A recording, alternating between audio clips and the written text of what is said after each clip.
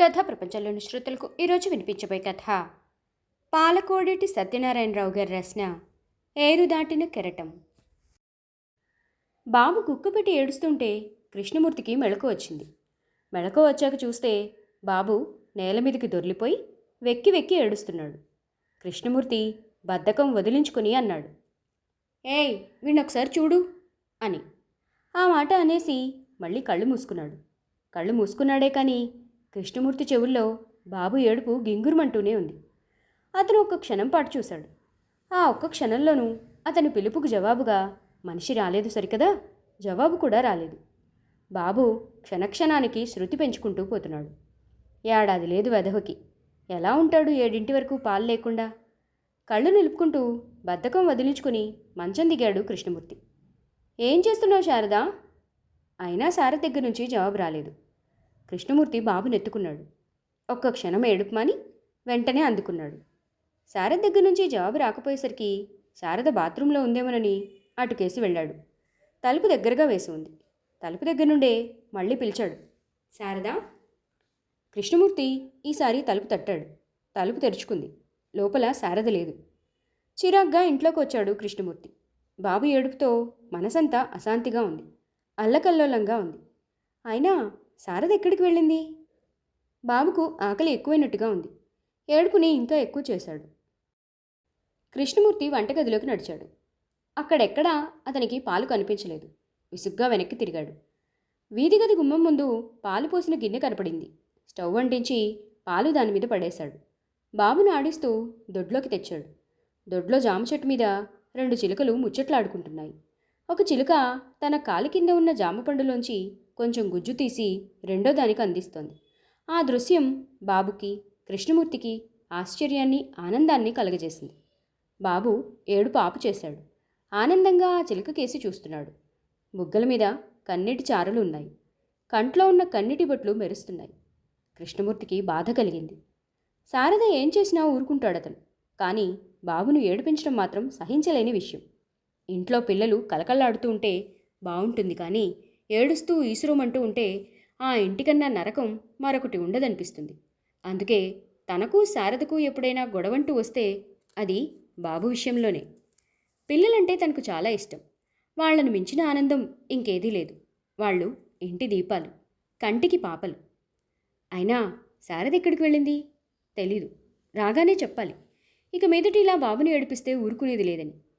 ఈసారి బజారుకు వెళ్ళినప్పుడు చలం పుస్తకం, పిల్లల పెంపకం ఒకటి కొని తేవాలి.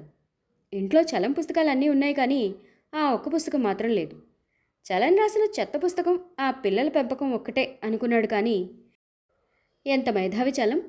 పిల్లల్ని కనిపారేయడం తప్ప కనుపాపల్లా చూసుకునే తల్లులు ఎంతమంది ఉన్నారో ఈ లోకంలో. బాబు మళ్ళీ ఏడవడంతో కృష్ణమూర్తి ఆలోచనలు ఆగిపోయాయి. అమూల్ డబ్బా ఒకటి బాబు చేతికి అందించాడు. ఆ డబ్బాతో ఆడుకుంటూ ఉంటే స్టవ్ మీద పాలు దింపి గ్లాసులో పోశాడు. అయినా శారద ఎక్కడికి వెళ్ళి ఉంటుంది? వెనుక ఏదో గాజులు చప్పుడైతే శారదే అనుకుని వెనక్కి తిరుగుతూ అన్నాడు కృష్ణమూర్తి. ఎక్కడికి వెళ్ళావు శారదా? వచ్చింది పని మనిషి రంగి. అంట్లు దొడ్లోనే ఉన్నాయి చూడవ్వా అంటూ పాలు కలపడంలో మునిగిపోయాడు కృష్ణమూర్తి. బాబు కొంచెం పాలు తాగి కొంచెం పారబోసి మొత్తానికి తాగాను అన్నట్టుగా ముఖం పెట్టాడు. కింద పడ్డ అమూల్ డబ్బా మీద బాబు బొమ్మ అటు ఇటు కదులుతోంది. ఆ కదలిక ఎంతో అందాలు గుమ్మరిస్తోంది. శారద, శారద ఏది ఇంకా రాదేమిటి అనుకున్నాడు కృష్ణమూర్తి. కృష్ణమూర్తి అలా అనుకున్నాడే కానీ శారద జాడలేదు. పోలీస్ రిపోర్ట్ ఇద్దామంటావారా కృష్ణ?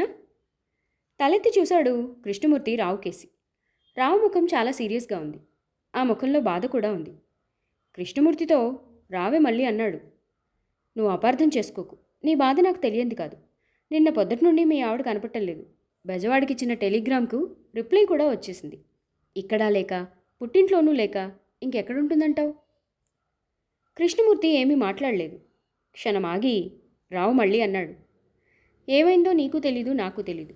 అందుకే పోలీస్ రిపోర్ట్ ఇద్దామనుకుంటున్నాను. వద్దురా, పోలీసుల దృష్టికి పోవడం నాకు ఇష్టం లేదు.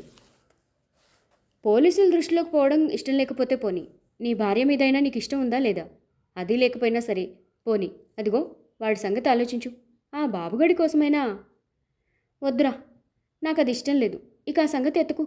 అన్నాడు కృష్ణమూర్తి. అయినా శారద ఏమైందంటావురా? రావుకు క్షణంలో ఎన్నో ఊహలు కలిగాయి. దొంగతనాలు, దోపిడీలు, మానభంగాలు, ఎత్తుకుపోవడాలు, లేచిపోవడాలు, పారిపోవడాలు, ఆత్మహత్యలు, హత్యలు. అయినా అవన్నీ రావు బయటకు అనలేదు. తలుపు తట్టిన చప్పుడైంది. రావే వెళ్ళి తలుపు తీశాడు. ఎదురుగా పని మనిషి రంగి. రావు తలలో మెరుపొకటి మెరిసింది. రంగి ఇంట్లో పనంతా పూర్తి చేశాక బయటికి కదిలింది. క్షణం తర్వాత రావు కృష్ణమూర్తితో చెప్పి బయటికి కదిలాడు. రంగి నడుస్తూ ఉంటే ఆమెతో కూడా నడిచాడు రావు. రంగి కొంత దూరం నడిచాక ఒక పూరింట్లోకి దూరింది. తాను కూడా ఆ పూరి గుడిసెలోకి నడిచాడు. రావును చూసి రంగి కంగారు పడింది. నెమ్మదిగా అడిగాడు రావు, నువ్వు శారదమ్మ గారింట్లో పనిచేస్తున్నావు కదూ? అవునండి. అయితే శారదమ్మ గారు ఎక్కడికి వెళ్ళారు? నాకేం తెలీదు. ఆ పెద్దోళ్ళకి ఏదో జరిగితే మీరు నన్ను అడిగితే నేనెట్టా జవాబు చెప్పేది అంది రంగి.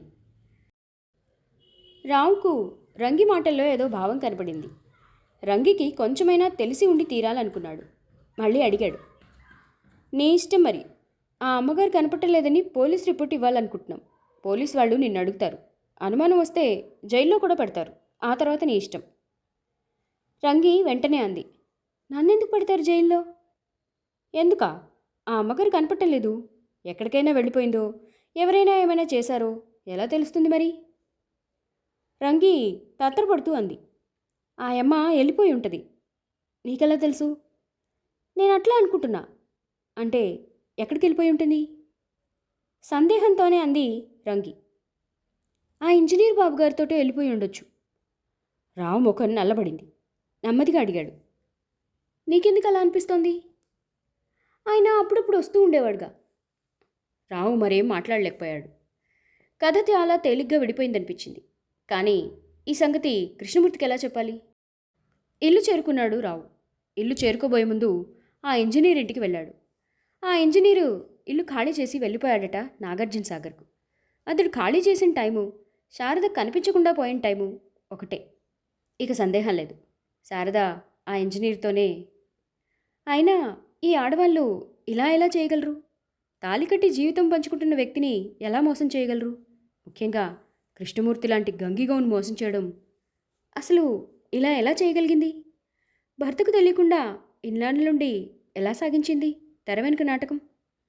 అయినా ఈ విషయం కృష్ణమూర్తితో చెప్పడం ఎలా? ఇంటికి వచ్చిన రావుని కృష్ణమూర్తి అడిగాడు, ఎక్కడికి వెళ్ళావు? రావు ఏమీ మాట్లాడలేదు. రావు గుండెల్లో కక్ష, అసహ్యం అన్నీ నిండుకొనున్నాయి. మంచం మీద బాబు నిద్రపోతున్నాడు. ఎంత అందంగా ఉన్నాడు! ఇంత అందాల రాశిని ఎలా వదిలి వెళ్ళగలిగింది శారద? దాంపత్య బంధం ఇంతకాలం తనకు ఎంతో బలమైందిగా కనిపించేది. ఈ క్షణంలో చాలా పేలవంగా, తేలిగ్గా కనపడింది రావుకు. కృష్ణ, పోనీ ఒక పని చేయరా, బాబును బెజవాడలో దింపిరా. కృష్ణమూర్తి ఆశ్చర్యంగా చూశాడు రావుకేసి. అదేమిట్రా అలా అంటున్నావు? అవునరా, శారద ఎక్కడికి వెళ్ళిందో తెలీదు, ఎప్పుడొస్తుందో తెలీదు. అంతకాలం వీణ్ణి వాళ్ళ తాతగారింట్లో ఉంచేస్తేనే మంచిది. కృష్ణమూర్తి పేలవంగా నవ్వాడు. భలే వాడివిరా. అయినా అక్కడ ఎంతకాలం ఉంటాడు? శారద వచ్చేస్తుందిరా, నాకు తెలుసు. వచ్చాక బాబు లేకపోతే బెంగ పెట్టుకుంటుంది. పిచ్చివాడు. ఈ బంధాలన్నింటినీ తేలిగ్గా తెంచుకుని పోయిన శారద కృష్ణమూర్తి దృష్టిలో ఎంత ఉన్నతంగా ఉంది. ఈ సంగతి వీడికి ఎలా చెప్పడం? మనసు దృఢపరుచుకుంటూ అన్నాడు రావు. కృష్ణ, నన్ను అపార్థం చేసుకోకు. ఇంతసేపటి నుండి ఇది చెప్పకూడదనే ప్రయత్నిస్తున్నాను, కానీ చెప్పక తప్పడం లేదు. శారద ఇక నీ దగ్గరికి రాదు. కృష్ణమూర్తి ఆశ్చర్యంగా చూశాడు. రావే అన్నాడు మళ్ళీ. అవునరా, శారద ఇక నీ దగ్గరికి రాదు. ఆ సంగతి నాకు బాగా తెలుసు. ఎందుకంటే శారద వెళ్ళిపోయింది. వెళ్ళిపోవడం కాదు, లేచిపోయింది మరొకరితో. కృష్ణమూర్తికి తల తిరిగిపోయింది.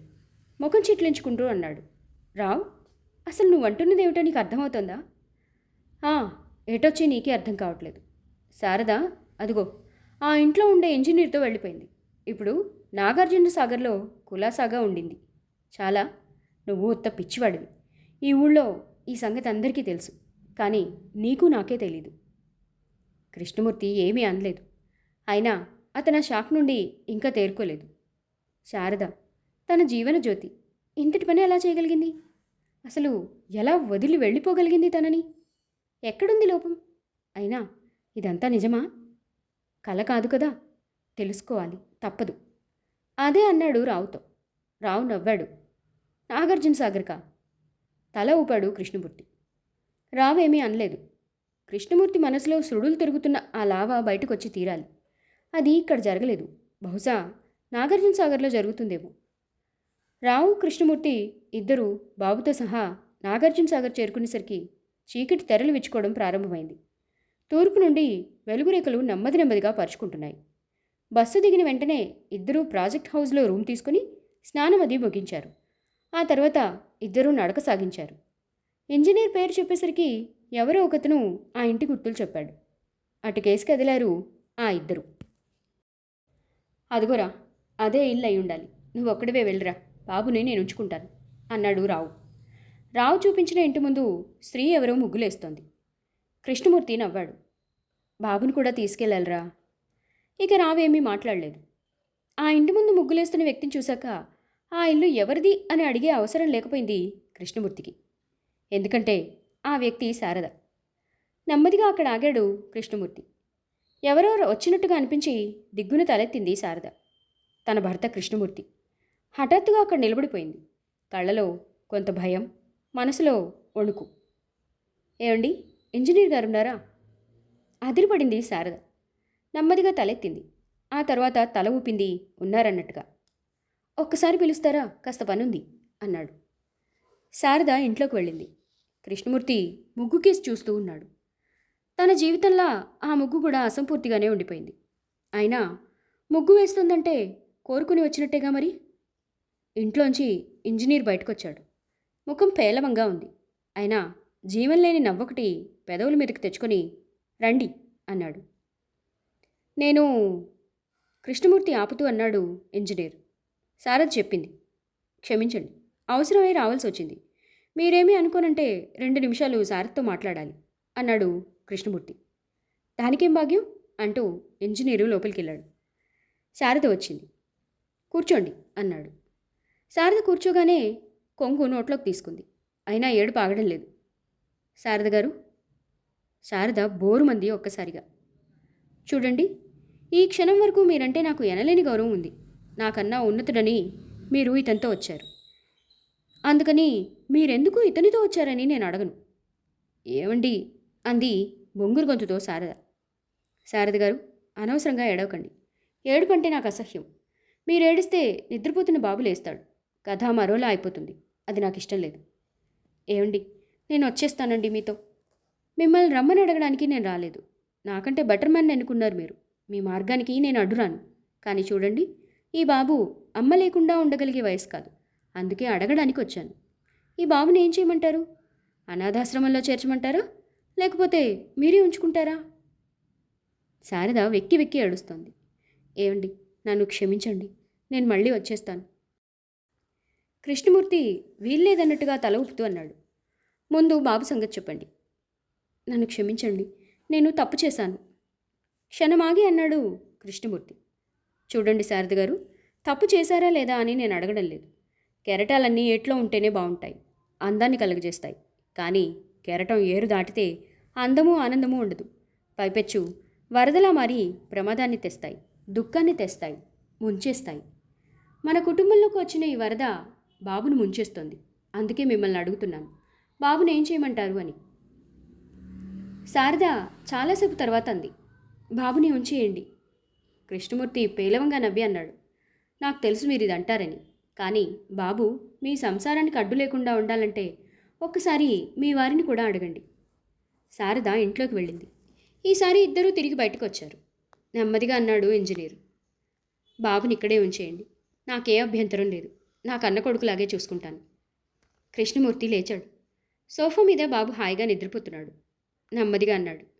నిజమేలేండి, బాబు ఇన్నాళ్ళు నా కన్న కొడుకే అనుకున్నాను. కానీ ఈనాడు తెలిసింది బాబు మీ కన్న కొడుకని. ఇక సెలవు అంటూ విసురుగా ఇంట్లోంచి బయటకొచ్చాడు కృష్ణమూర్తి. ప్రాజెక్ట్ హౌస్ రూమ్లో కృష్ణమూర్తి కంట్లోంచి వస్తున్న ఆ కన్నీటి కెరటాలని ఆపడానికి వ్యర్థ ప్రయత్నాలు చేస్తున్నాడు రావు.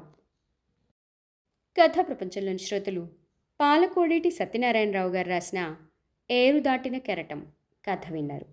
మరొక మంచి కథతో మళ్ళీ కలుద్దాం. అంతవరకు సెలవు. ధన్యవాదాలు.